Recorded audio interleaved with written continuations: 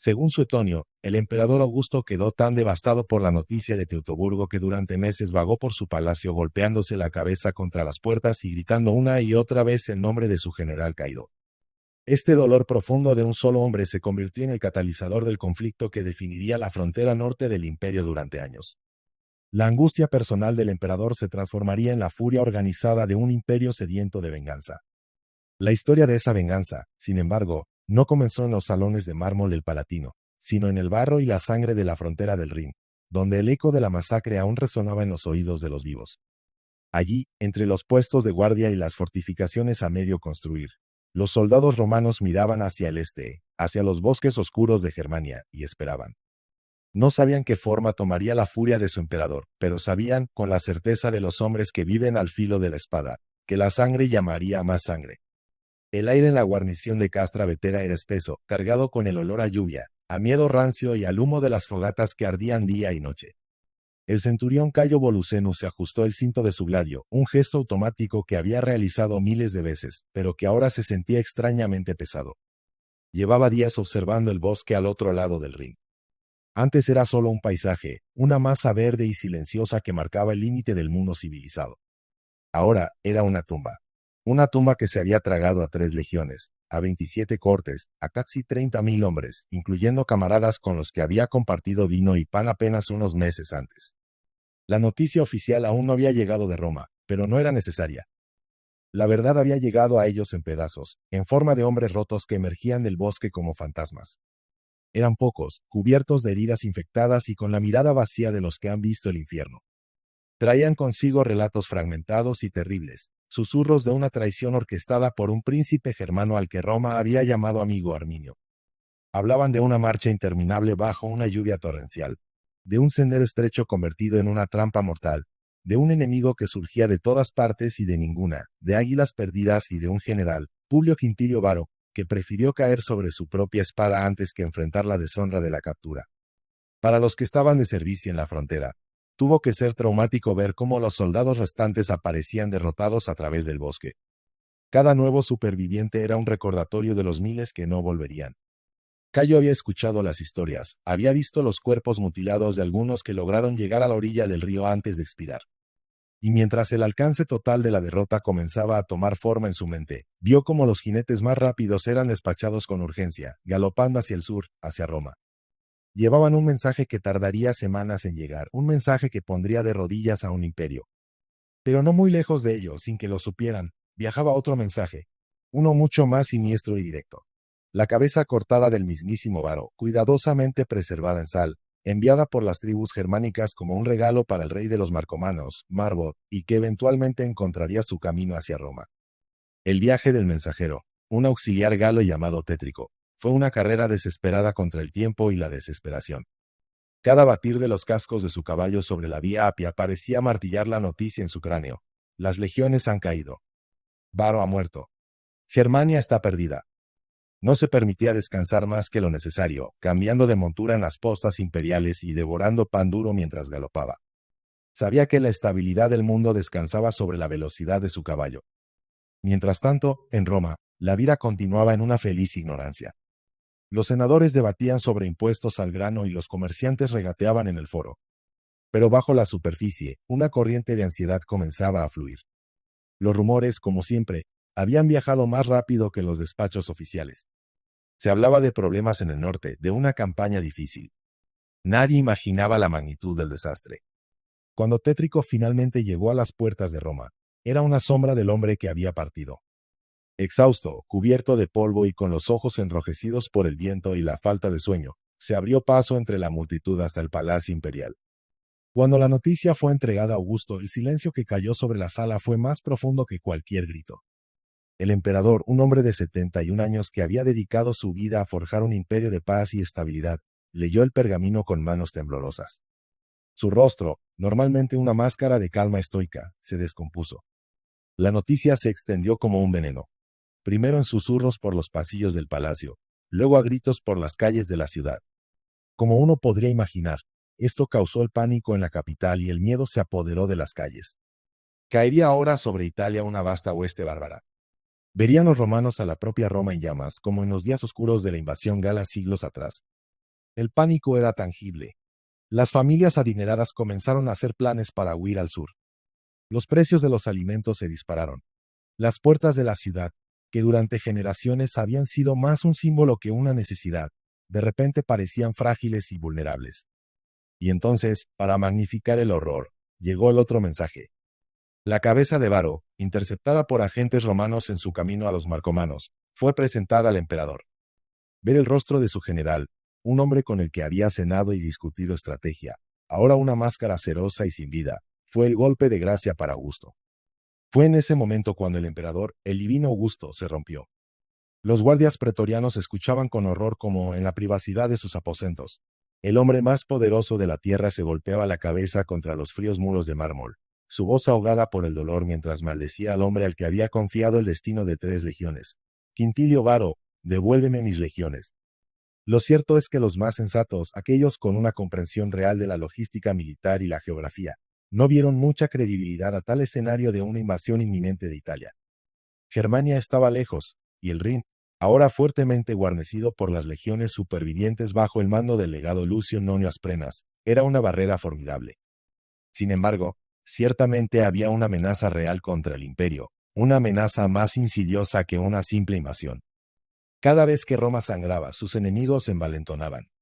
Desde las arenas ardientes de Partia hasta las brumosas tierras de Britania, la noticia de la debilidad romana se extendería como un reguero de pólvora.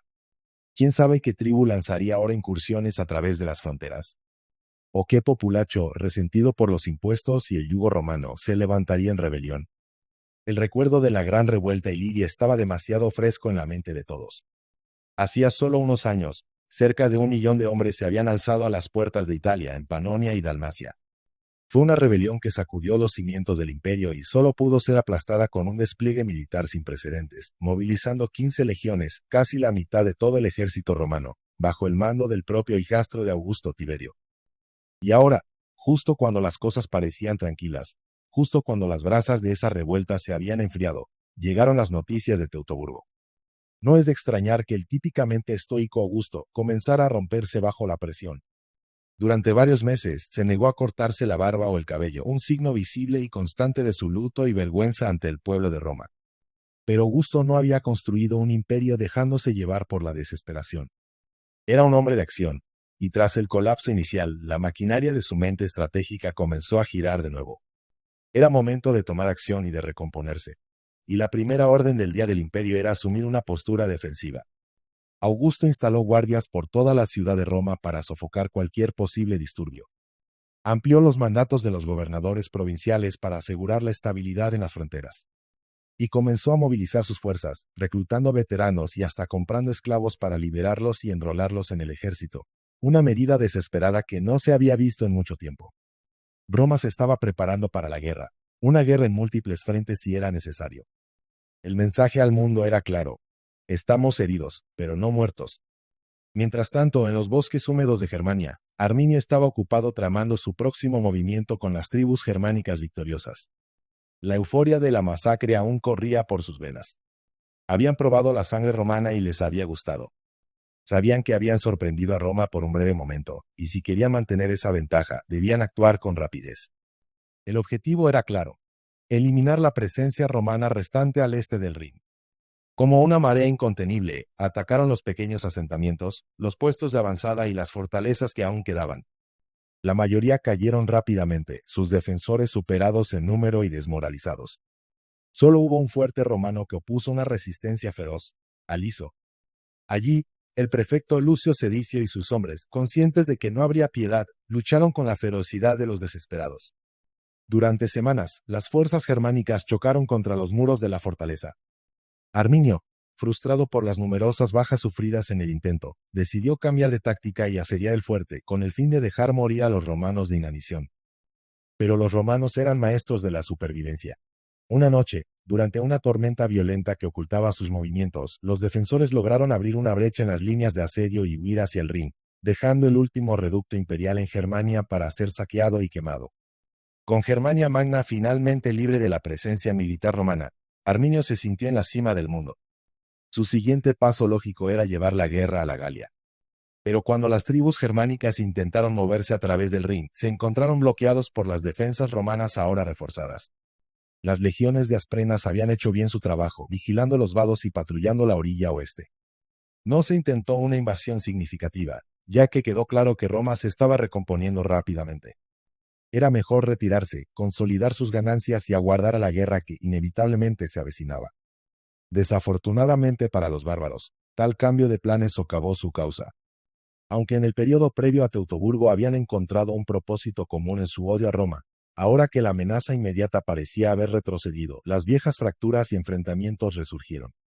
La unidad, forjada en la batalla, se disolvió en la paz. Incluso antiguos compañeros de Arminio, ahora consumidos por los celos de su fama, se convirtieron en un obstáculo para él. Segestes, su propio suegro y jefe de una facción poderosa de los queruscos, siempre había desconfiado de sus ambiciones y ahora formaría una coalición abiertamente prorromana, conspirando activamente contra él.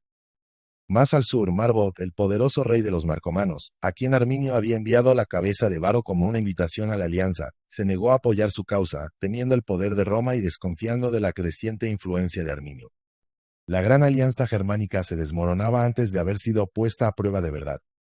Una vez que Roma superó los efectos del trauma inicial y la frontera del Rin se consideró segura, el sentimiento de pánico dio paso a una emoción mucho más fría y peligrosa: el deseo de venganza. La afrenta había sido demasiado grande, la humillación demasiado pública. Las águilas perdidas de las legiones Sviisis eran un símbolo de la deshonra que debía ser lavado con sangre. Pero, ¿quién serviría como heraldo de la justicia romana? El emperador, ahora recuperado y con una determinación de acero, lo tenía claro. Su hombre no sería otro que su mejor general y ahora, oficialmente, su hijo adoptivo y heredero, Tiberio Claudio Nerón. Tiberio no era un hombre que se dejara llevar por las emociones.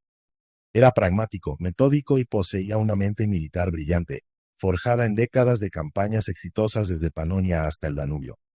Cuando fue enviado a Germania por Augusto en el año 2010 después de Cristo, adoptó un enfoque muy cauteloso. Sabía que el objetivo más inmediato no era una conquista gloriosa, sino estabilizar una frontera que se encontraba sumida en el caos a raíz de la emboscada. La muerte de 3 legiones no era solo una pérdida de hombres. Había dejado una enorme brecha en las defensas romanas, un vacío de poder que Arminio y su coalición de tribus no dejaban de agrandar con sus incursiones. Para combatir esta amenaza, la primera acción de Tiberio fue masiva y defensiva. Reforzó la línea del Rin con 8 legiones, un despliegue de fuerzas sin precedentes en esa frontera, casi un tercio de todo el poder militar del imperio. Convirtió la orilla oeste del río en una fortaleza inexpugnable, con campamentos permanentes, torres de vigilancia y una flota fluvial, la Classis Germanica, que patrullaba las aguas sin descanso. Una vez que las defensas estuvieron aseguradas, y solo entonces, Tiberio cambió la postura defensiva a una ofensiva. A fin de cuentas, como reza el dicho que él mismo bien podría haber acuñado, un buen ataque es la mejor defensa. Este dicho era especialmente cierto en las fronteras de Roma, donde las demostraciones regulares de fuerza de la legión servían como una poderosa disuasión contra cualquier posible atacante. Tiberio no buscaba una batalla campal que no podía ganar en los densos bosques de Germania. En su lugar, optó por enviar el más brutal de los mensajes. Comenzó a lanzar incursiones de represalia a través del Rin. No eran expediciones de conquista, sino de castigo. Columnas de legionarios, rápidas y letales, cruzaban el río, se adentraban en territorio enemigo y desataban el infierno. Todo lo que se interpuso en el camino de las fuerzas romanas fue quemado hasta los cimientos. No había cultivos, ni pueblos, ni cosechas que sobrevivieran al paso de su ejército. Era la guerra total en su esencia más pura. Un castigo sistemático diseñado para aterrorizar a las tribus, para quebrar su voluntad de lucha y para demostrarles que no había lugar en el mundo donde pudieran esconderse de la ira de Roma. Y según las fuentes históricas, fue tan cuidadoso y metódico en su enfoque, que no murió ni un solo romano en estas incursiones. Durante 2 largos años, Tiberio aplicó esta política de tierra quemada. Desgastó a las tribus, las empobreció y sembró la discordia entre ellas. Sin embargo, lo cierto es que Arminio y los caudillos que aniquilaron a las legiones seguían impunes. Y a pesar de que Tiberio sentó las bases de una futura venganza, no sería él quien la llevaría a cabo. En el año 12 después de Cristo, justo cuando su estrategia de desgaste estaba dando frutos, Tiberio fue reclamado por el emperador en Roma. El motivo de esta partida anticipada era la frágil salud de Augusto, quien a sus 73 años sentía que su tiempo se agotaba. El emperador, siempre previsor, Quería a su lado a su heredero, Tiberio, para preparar una transición de poder sin problemas y evitar las guerras civiles que habían marcado su propia juventud. A su regreso, Tiberio no fue recibido como un general que abandonaba su puesto, sino como un héroe. Celebró un magnífico triunfo por sus victorias en Panonia y Dalmacia, y aunque la guerra en Germania estaba lejos de terminar, sus acciones habían estabilizado la situación y restaurado parte del prestigio perdido. Poco tiempo después, en el año 2014 después de Cristo, Augusto finalmente murió y Tiberio, el sombrío y capaz general, tomó el trono del imperio más grande del mundo. Como nuevo gobernante del vasto imperio que se extendía desde las brumosas costas del Atlántico hasta las arenas del Mar Rojo, Tiberio no tenía ahora tiempo para ocuparse personalmente de una guerra fronteriza en Germania. Tenía un imperio que gobernar. Por lo tanto, esta tarea, la sagrada misión de completar la venganza de Roma, quedaría en manos de uno de sus hombres más brillantes y capaces, su propio sobrino e hijo adoptivo, un joven de 29 años llamado Germánico. El nombre era, en realidad, un título honorífico que se le había otorgado a su padre, Druso el Mayor, por sus propias campañas en esa misma tierra. Pero resultaría más que adecuado para los logros de su heredero, casi como si el destino lo hubiera marcado para esa misión. Germánico era todo lo que Tiberio no era. Joven, carismático, popular entre las tropas y el pueblo, y poseía un anhelo de gloria que a veces rozaba la imprudencia. Mientras tanto, los germanos veían como el resplandor de su victoria en Teutoburgo se empezaba a desvanecer. Las brutales incursiones de Tiberio habían dejado una cicatriz profunda. Las legiones romanas habían abierto una brutal franja de devastación a través del Rin, arrasando con todo a su paso. Pero eso era solo el principio. Germánico no venía a castigar, venía a conquistar. El objetivo de Roma, ahora bajo el mando de este joven y ambicioso general, no era otro que la venganza total contra Arminio y los perpetradores de Teutoburgo. La guerra estaba a punto de entrar en su fase más sangrienta. La oportunidad para Germánico llegó antes de lo esperado. A la muerte de Augusto, las legiones del Rin, insatisfechas con sus condiciones de servicio y la duración de su alistamiento, se amotinaron. Fue una situación extremadamente peligrosa que amenazaba con deshacer todo el trabajo de estabilización de Tiberio. Germánico, mostrando una mezcla de carisma y audacia, se enfrentó a los amotinados. Tras sofocar la rebelión, sabía que necesitaba canalizar la energía frustrada de sus hombres hacia un enemigo externo. No había mejor enemigo que las tribus de Arminio. Así, en el otoño del año 2014 después de Cristo, Germánico lanzó una primera incursión sorpresa contra los marsos, una de las tribus de la coalición. El ataque fue devastador. Los romanos cayeron sobre ellos mientras celebraban una fiesta, masacrando a hombres, mujeres y niños sin piedad. La noticia del salvajismo de Germánico se extendió por Germania, anunciando que un nuevo tipo de guerra había llegado. Ya en el año 15 después de Cristo, Germánico preparó una ofensiva a gran escala, marchando con un ejército masivo contra los queruscos, la tribu liderada por el propio Arminio. Su avance lo llevó, inevitablemente, al corazón de las tinieblas. Durante esa campaña, los romanos avanzaron por el bosque de Teutoburgo, el mismo lugar donde las legiones de Varo habían sido masacradas 6 años antes. Lo que encontraron allí fue una escena macabra que heló la sangre de los legionarios más veteranos. Los huesos blanqueados de miles de soldados romanos yacían esparcidos por el suelo, mezclados con restos de armas y esqueletos de caballos. En los árboles todavía se podían ver cráneos clavados a los troncos, un testimonio silencioso de la furia bárbara. Fue un momento de profunda emoción y solemnidad. Germánico, conmovido, ordenó a sus hombres que detuvieran la marcha. Allí, en el lugar de su mayor humillación, el ejército romano rindió honores a sus caídos. Enterraron los huesos de los camaradas que hallaron, construyendo un gran túmulo funerario como un monumento a su memoria. Fue un acto de piedad, pero también un poderoso acto simbólico. Roma había regresado para reclamar a sus muertos y para purificar esa tierra maldita con el fuego de su venganza. Durante esta misma campaña, en un golpe de suerte, sus legiones atacaron el campamento de los brúcteros y, entre el botín, recuperaron el águila de la 19ª Legión aniquilada, uno de los estandartes sagrados perdidos. La moral de las tropas se disparó. La venganza parecía estar al alcance de la mano. Sin embargo, Arminio no era avaro. Era un enemigo astuto que conocía cada palmo de aquel terreno. Evitaba la confrontación directa, utilizando el bosque como su arma. Las escaramuzas con los germanos eran constantes, y los romanos no encontraban la forma de llevarlos a campo abierto, donde la superioridad de la legión en disciplina y táctica sería decisiva. Arminio acosaba sus líneas de suministro, tendía emboscadas a sus patrullas y desaparecía de nuevo en la inmensidad del bosque. Germánico, Frustrado pero no disuadido, cambió de estrategia para la campaña del año siguiente, el 2016 después de Cristo. Organizó una operación anfibia masiva, transportando a su ejército por el Mar del Norte y desembarcando en la desembocadura del río Ems, para flanquear a Arminio y forzarlo a luchar. La logística fue una pesadilla, pero la audaz maniobra funcionó.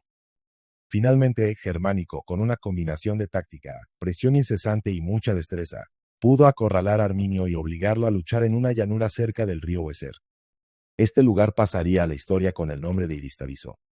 La noche antes de la batalla, Germánico, disfrazado, se movió por el campamento, escuchando las conversaciones de sus soldados. Se sintió complacido al oír que estaban ansiosos por la batalla, que no hablaban de botín sino de venganza. Al amanecer, los dos ejércitos se encontraron. Por un lado, la maquinaria de guerra romana. Legiones en perfectas formaciones, la caballería en los flancos, los auxiliares listos para el combate. Por el otro, una horda de guerreros germánicos, valientes y feroces, pero carentes de la cohesión y disciplina romanas. La batalla fue brutal. Los germanos cargaron con una furia salvaje, pero se estrellaron contra el muro de escudos de las legiones. Arminio luchó como un león, intentando romper la línea romana, pero fue herido y rodeado. Desesperado, se untó el rostro con la sangre de un camarada caído para ocultar su identidad y logró escapar por poco. Su tío, Ingiomer, quien también lideraba las tropas, resultó igualmente herido. Sin sus líderes, la resistencia germánica se derrumbó. La victoria romana fue total y aplastante. La llanura de Iristaviso quedó cubierta con los cuerpos de miles de guerreros germánicos. La masacre de Teutoburgo había sido vengada en el campo de batalla. Poco después, Germánico logró otra victoria en la batalla del muro angrivariano y recuperó una segunda águila, la de la legión Giocti. El honor de Roma estaba casi completamente restaurado. Tras su rotundo éxito en Germania, Germánico fue llamado a Roma por el emperador Tiberio en el año 2017 después de Cristo. Oficialmente, era para celebrar su merecido triunfo. Extraoficialmente, Tiberio, quizás celoso de la creciente popularidad de su sobrino o temeroso de que su ambición lo llevara a buscar el trono, decidió que la campaña en Germania había terminado. El coste en hombres y recursos era demasiado alto, y la frontera del Rin se consideraba el límite práctico y defendible del imperio. Germánico regresó a Roma y celebró un gran triunfo, desfilando por las calles con sus tesoros y prisioneros, incluyendo a la esposa e hijo de Arminio. En este punto, Roma había recuperado su honor y saciado su sed de venganza. Aunque Arminio seguía vivo, su poder estaba roto y la amenaza de una Germania unida había sido neutralizada. El fantasma de Teutoburgo, que había atormentado a Roma durante casi una década, finalmente podía descansar en paz. La furia del emperador se había aplacado, y la lección había sido enseñada al mundo una vez más. Ningún enemigo de Roma quedaría sin castigo.